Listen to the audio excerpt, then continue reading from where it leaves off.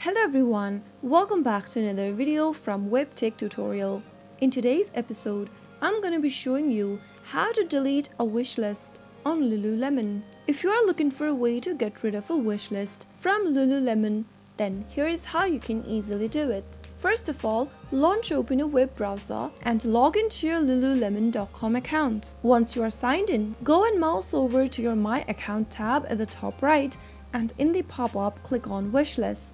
Once you're inside the wishlist section, if you want to get rid of a product from your wishlist, simply go ahead and click on the View List button right under the item that you've added and click on this heart icon in order to get rid of the item from your wishlist. So that is how you can easily delete an item from your wishlist. If you found the video to be helpful, go ahead and give us a thumbs up. Don't forget to subscribe to our channel by hitting the subscribe button.